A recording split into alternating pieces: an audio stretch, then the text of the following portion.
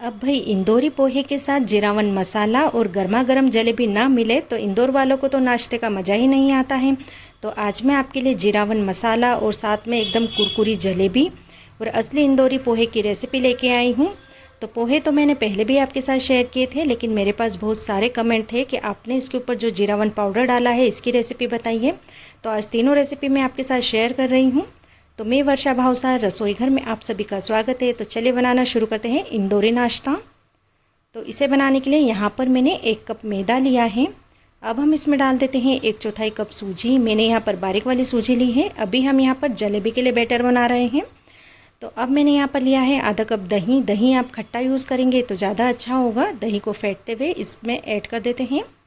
अब हम इसमें डालेंगे थोड़ा सा कलर। तो मैंने यहाँ पर एक केसरी येलो कलर लिया है और साथ ही मैंने एक येलो कलर लिया है। दोनों फूड कलर हैं, तो आपकी चॉइस पे हैं कि आप यहाँ पर कौन से कलर का यूज़ करने वाले हैं। आज मैं यहाँ पर येलो कलर की जलेबी बना रही हूँ। तो 1 से 2 पिंच करीब हम यहाँ पर येलो फूड कलर डाल देते हैं। ये देखिए, अगर आपके पास लिक्विड वाला है तो वो भी आप यूज़ कर सकते हैं। और अब हम इसमें पानी डाल के इसका बैटर बना लेंगे। तो पानी एक साथ नहीं डालें, क्योंकि जो इसका बैटर है बिल्कुल लम्स फ्री चाहिए। तो थोड़ा थोड़ा करके मैं यहाँ पर पानी डाल लेती हूँ और इसे अच्छे से फेंटते जाती हूँ। तो फ्रेंड्स, हम यहाँ पर इंस्टेंट जलेबी बना रहे हैं, यानी हम यहाँ पर पहले से खमीर उठाने के लिए इसे नहीं रखेंगे। जब तक हम यहाँ पर पोहे और जीरावन की तैयारी करेंगे तब तक अच्छे से सेट हो जाएगा बैटर। तो देखिए, यहाँ पर मैं इसे अच्छे से फेंट लेती हूँ। बिल्कुल लम्स फ्री हमें यहाँ पर इसका बैटर बनाना है। तो आप देख सकते हैं इस बैटर की कंसिस्टेंसी किस तरह से है। और पूरे बैटर को बनाने के लिए मुझे आधा कप पानी की ज़रूरत हुई है।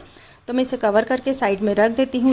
तो अब हम यहाँ पर बना लेते हैं जीरावन मसाला। इसके लिए मैंने पैन में डाला है 2 चम्मच सौंफ। इसी के साथ डाल देते हैं 2 चम्मच जीरा और 2 चम्मच ही मैं यहाँ पर साबुत धनिया डाल रही हूँ। तो इन तीनों का मेज़रमेंट मैंने टेबल स्पून से किया है, यानी 2 टेबल स्पून ये सारी चीज़ें ली है मैंने। और अब मैंने यहाँ पर 2 से 3 तेज पत्ता लिया है। तो तेज पत्ते को हाथों से थोड़ा सा क्रश करते हुए इसमें ऐड कर देंगे।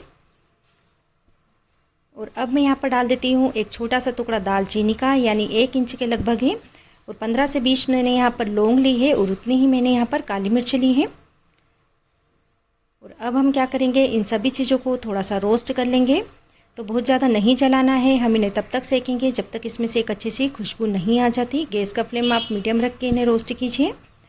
तो कुछ ही देर में आप देखेंगे ये बहुत ही अच्छे से सीख चुके हैं और इसमें से एक बहुत ही अच्छी सी खुशबू आने लगी है। तो अब हम गैस का फ्लेम ऑफ कर देंगे। इससे ज़्यादा आप इसे नहीं सेकें, नहीं तो जो जीरावन का टेस्ट है कड़वा सा लगेगा। तो अब मैं इसे निकाल लेती हूँ एक प्लेट में, ताकि अच्छे से ठंडा हो जाए। तो जब तक ये ठंडा होता है हम यहाँ पर पोहे की तैयारी कर लेते हैं। तो इसके लिए मैंने यहाँ पर 2 कप पोहा लिया है। ये नॉर्मल वाला पोहा है, जो बहुत ज़्यादा मोटा भी नहीं है और बहुत ज़्यादा पतला भी नहीं है। तो अब हम इसमें पानी डाल के इसे अच्छे से वॉश कर लेते हैं। तो आप कम से कम इसे 2 से 3 बार ज़रूर से धोएं। इससे ये होता है कि पोहा जो है थोड़ा सॉफ्ट भी हो जाता है और पोहे में जितनी भी गंदगी होती है वो अलग हो जाती है। तो अब हम इसे कवर करके 5 से 7 मिनट के लिए साइड में रख देते हैं, ताकि अच्छे से फूल जाए। जब तक जो ये मसाले हैं ये भी ठंडे हो चुके हैं, तो मैंने इसे मिक्सी जार में डाल दिया है। आधी चम्मच मैंने नमक डाला है, आधी चम्मच मैंने काला नमक डाला है। इसी के साथ डाल देते हैं आधी चम्मच सोट पाउडर यानी जिंजर पाउडर। और अब मैं डाल देती हूँ 1 चम्मच लाल मिर्च पाउडर। इसी के साथ आधी चम्मच हम डालेंगे धनिया पाउडर। और 1/4 चम्मच के लगभग हम ले लेते हैं हींग। अब मैंने यहाँ पर 1 चम्मच अमचूर पाउडर लिया है। आप चाहें तो साबुत अमचूर का भी यूज़ कर सकते हैं, लेकिन जब आप मसाला सेकें उसके साथ उसे भी सेक लें। इसी के साथ हम यहाँ पर डाल देते हैं 1 चम्मच चीनी। जार का ढक्कन लगा के इन सभी चीज़ों को मैंने अच्छे से पीस लिया है। तो आप देख सकते हैं इसका जो पाउडर है बिल्कुल महीन सा हो चुका है। अगर आपको लगता है थोड़ा दरदरा है तो आप इसे किसी छन्नी से छान लीजिए, ताकि जो इसका पाउडर है बिल्कुल महीन सा मिले। तो अब आप इस पाउडर को स्टोर करके कई दिनों तक रख सकते हैं, ये बिल्कुल भी ख़राब नहीं होता है। अब ये जो पोहे हैं ये भी अच्छे से सेट हो चुके हैं। एक बार चेक कर लेते हैं। आप देखेंगे ये जो पोहा है बिल्कुल खिला खिला सा हो चुका है, बिल्कुल भी चिपचिपा नहीं है। तो इसी तरह से आप पोहे को कुछ देर रेस्ट करने के लिए ज़रूर छोड़ें। अब मैंने इसमें 1 चम्मच नमक डाला है। इसी के साथ हम डाल देते हैं 4 चम्मच चीनी, क्योंकि जो इंदौरी पोहा होता है उसमें जो मिठास होती है थोड़ी ज़्यादा ही होती है। अब चम्मच ले लेते हैं और इन सभी चीज़ों को एक बार अच्छे से मिक्स कर लेंगे। ये देखिए, तो अब हम यहाँ पर इसके तड़के की तैयारी करते हैं। तो गैस पे मैंने कढ़ाई रखी है। 1 चम्मच मैंने इसमें तेल डाला है। तेल जैसे ही गर्म होता है आधी चम्मच हम डालेंगे राई और 1 चम्मच हम डाल देते हैं सौंफ। अब मैंने यहाँ पर 2 हरी मिर्च ली है जिसे बिल्कुल बारीक काट के यूज़ किया है। अगर आप यहाँ पर लाल मिर्च पाउडर का यूज़ कर रहे हैं तो हरी मिर्च कम डालें, वैसे इंदौरी पोहा में लाल मिर्च का यूज़ नहीं होता है। और अब मैंने यहाँ पर एक प्याज लिया है और एक आलू लिया है जिसे बिल्कुल बारीक काटा हुआ है, ये भी इसमें ऐड कर दिया है। अब चलाते हुए इन्हें थोड़ा सा भून लेते हैं और तब तक भूनेंगे जब तक जो आलू है थोड़े से सॉफ्ट नहीं हो जाते, यानी थोड़े से दबने नहीं लग जाते। तो इस तरह से हम इसे चलाते हुए अच्छे से भून लेंगे। तो कुछ देर में आप देखेंगे आलू यहाँ पर थोड़े से दबने लगे हैं, यानी पूरी तरह से कुक नहीं करना है, बस इतना हमें पकाना है कि जब हम इसे थोड़ा सा दबाएं तो ये टूटने लगे। ये देखिए इस तरह से। तो आलू यहाँ पर थोड़ा सा पक चुका है, पूरी तरह से नहीं पकाना है क्योंकि जब हम पोहे को स्टीम करेंगे उसके साथ जो आलू है ये भी पक जाएगा। आप चाहें तो यहाँ पर फ्रेश मटर का भी यूज़ कर सकते हैं, वो भी इसमें अच्छी लगती है, लेकिन अभी मेरे पास इस समय नहीं है तो मैं नहीं डाल रही हूँ। अब मैं इसमें डाल देती हूँ हल्दी पाउडर। तो हल्दी पाउडर को आप कढ़ाई में ही डालें, इससे जो पोहे का कलर है बहुत ही अच्छा आता है।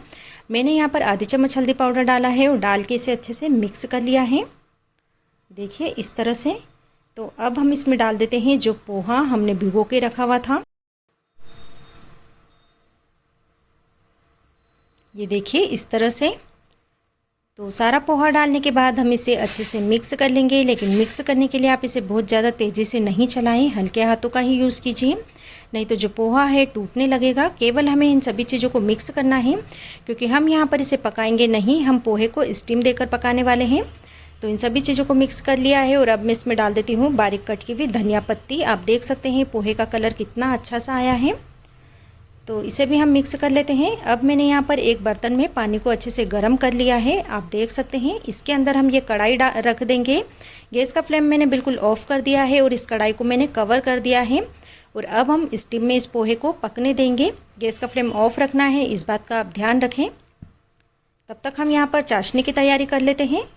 तो गैस चालू करके गैस पे पैन रख, तो इसके अंदर मैंने 1 कप चीनी डाली है और अब हम डाल देते हैं 1 कप ही पानी, यानी जितनी चीनी है उतना ही मैंने पानी का यूज़ किया है।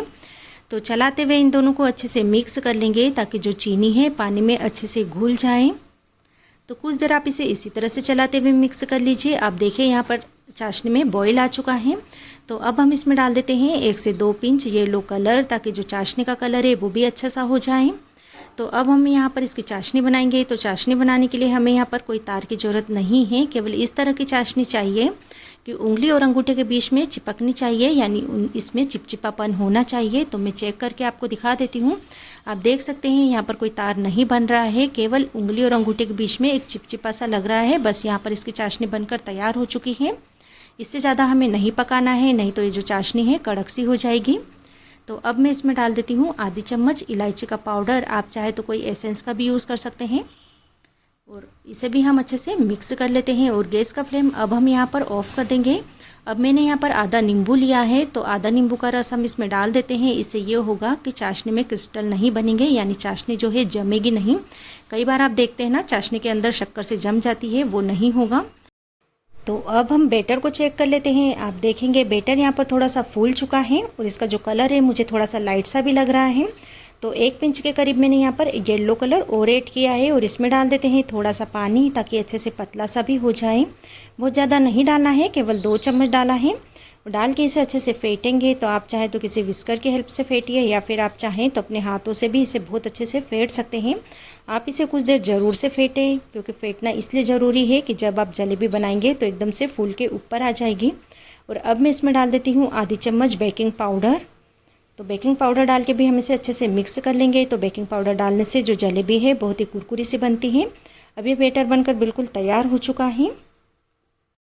तो अब मैंने यहाँ पर जलेबी बनाने के लिए इस तरह से सॉस वाली बोतल ली है। अगर आपके पास हो तो आप ये ले लीजिए, या फिर आप दूध का पैकेट का भी यूज़ कर सकते हैं।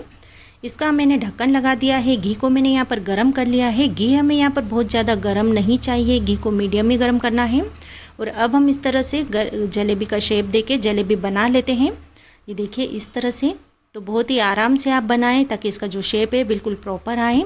इस बात का ध्यान रखें कि घी को आप यहाँ पर बहुत ज़्यादा गर्म नहीं करें। अगर आप घी को बहुत ज़्यादा गर्म कर लेंगे तो इसकी जो शेप है अच्छे से नहीं आएगी। तो एक बार जितनी आ जाती है कढ़ाई में उतनी ही हम यहाँ पर डालेंगे। और जलेबी बनाने के लिए आप इस तरह से चौड़े पैन का यूज़ करें, ताकि जलेबी जो है बहुत ही अच्छे से फ्राई हो सके। तो अभी मैंने यहाँ पर 4 से 5 जलेबी डाली है। गैस का फ्लेम मैंने मीडियम रखा है। अब हम जलेबी को जैसे ही एक तरफ से फ्राई होगी इसकी साइड चेंज कर देंगे। तो जलेबी बनाने के लिए आपको थोड़ी सी प्रैक्टिस करनी होगी। एक बार में आपसे इतनी अच्छी नहीं बनेगी, लेकिन आप एक से दो बार बनाएंगे तो आपकी जो जलेबी है बहुत ही अच्छे से गोल गोल बनेगी। तो आप देख सकते हैं जलेबी यहाँ पर बहुत अच्छे से फूलने लगी है, इसलिए आप यहाँ पर बैटर को कुछ देर ज़रूर से फेंटें।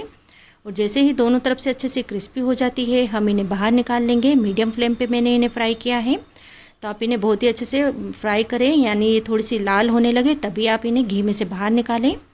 और बाकी जो जलेबी है वो भी हम यहाँ पर इसी तरह से बना के तैयार कर लेंगे। ये देखिए इस तरह से। तो फ्रेंड्स, ये इंस्टेंट जलेबी है जो केवल 10 से 15 मिनट में बनकर तैयार हो जाती है, क्योंकि जो हलवाई वाली जलेबी होती है उसकी तैयारी तो वो एक दिन पहले से ही करके रखते हैं, क्योंकि एक दिन पहले से ही खमीर उठाना पड़ता है और दूसरे दिन वो जलेबी बनाते हैं और जो उनका शेप होता है वो भी प्रॉपर आता है, क्योंकि जो उन्हें प्रैक्टिस होती है।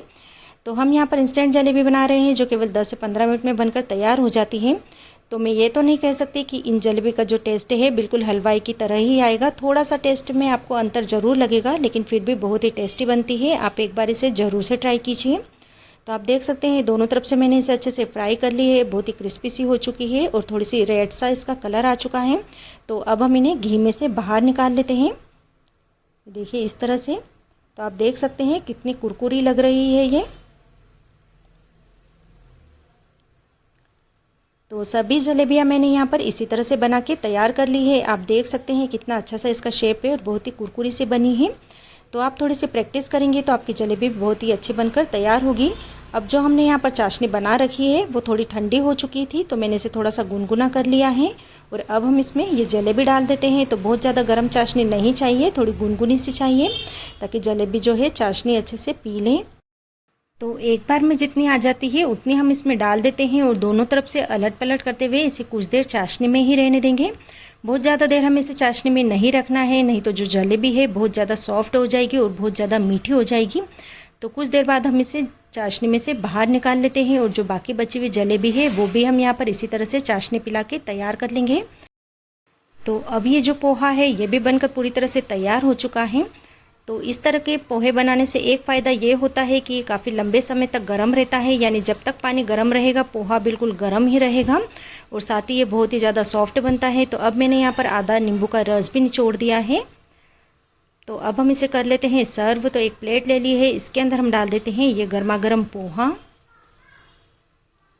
और अब हम इसके ऊपर डालेंगे ये सेव और दाने, जिसे नमकीन मुरमुर भी कहा जाता है, जो इंदौर की जान है। यानी सेव और मुरमुर के बिना पोहा बिल्कुल अधूरा है। इसी के साथ हम यहाँ पर डाल देंगे बारीक कट के हुए प्याज। तो प्याज को आप यहाँ पर बिल्कुल बारीक काट के ही यूज़ कीजिए। अब मैंने यहाँ पर ली है थोड़े से कैरी के पीस, यानी जो कच्चा आम होता है इसके मैंने थोड़े से पीस लिए हैं। तो इसे भी बिल्कुल बारीक काटा हुआ है, अगर आपके पास हो तो डालें, नहीं तो स्किप कर सकते हैं। और इसके ऊपर हम डाल देते हैं ये बहुत ही स्वादिष्ट जीरावन मसाला। तो आप इसे ज़रूर से ट्राई कीजिए। आप इसे लंबे समय तक स्टोर करके रख भी सकते हैं, बिल्कुल भी ख़राब नहीं होता है। और उसके ऊपर हम डाल देंगे बारीक कट की हुई धनिया पत्ती। अब मैंने यहाँ पर एक नींबू रखा है, अगर आपको ज़्यादा नींबू लगता है तो आप इसे ज़रूर से डाल सकते हैं। और अब हमारी गर्मा गर्म जलेबी, इसे भी हम सर्व कर लेते हैं। ये देखिए इसकी इस तरह से। तो फ्रेंड्स, अगर आप भी मेरी तरह इंदौर से हैं तो फिर तो आपका एक लाइक ज़रूर से बनता है। साथ ही मुझे कमेंट में ज़रूर बताइए आज की रेसिपी कैसी लगी आपको, और इस रेसिपी को ज़रूर से ट्राई कीजिए। और अगर अभी तक आपने मेरे चैनल को सब्सक्राइब नहीं किया है तो नीचे दिए गए लाल बटन को क्लिक करके चैनल को सब्सक्राइब कीजिए। साथ ही मेरी इस रेसिपी को आप अपने फ्रेंड्स और फैमिली में ज़रूर से शेयर कीजिए। तो मिलते हैं एक नई रेसिपी के साथ, तब तक के लिए बाय बाय।